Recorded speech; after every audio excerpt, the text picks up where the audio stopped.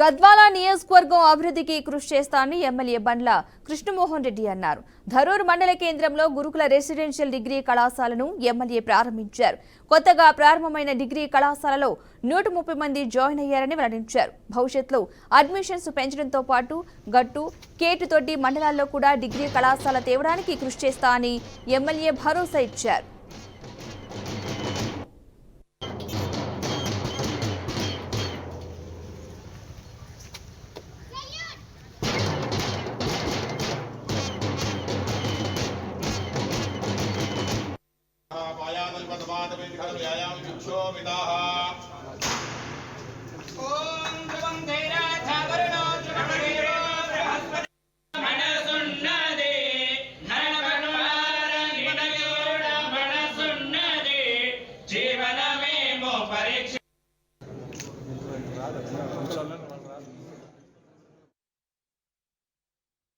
మొట్టమొదటిసారిగా degree college ఈరోజే start చేసుకోవడం జరిగింది.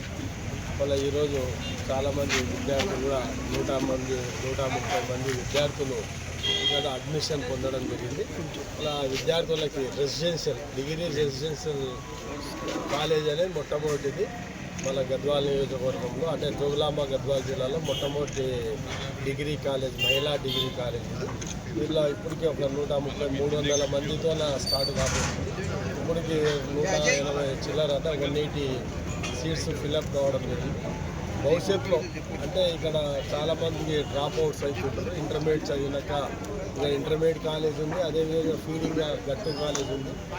ఈ దీంట్లో చదివిన విద్యార్థులు డ్రాప్ అవుట్ డిగ్రీకి గద్వాలు పోయి చదువుకోలేని స్తోమత ఉన్న వాళ్ళ కొరికి ప్రత్యేకంగా ఇక్కడ డిగ్రీ కాలేజ్ స్టార్ట్ చేసుకోవడం జరిగింది. భవిష్యత్తులో ఇంకా పెద్ద ఎత్తున గట్టు కానీ అదేవిధంగా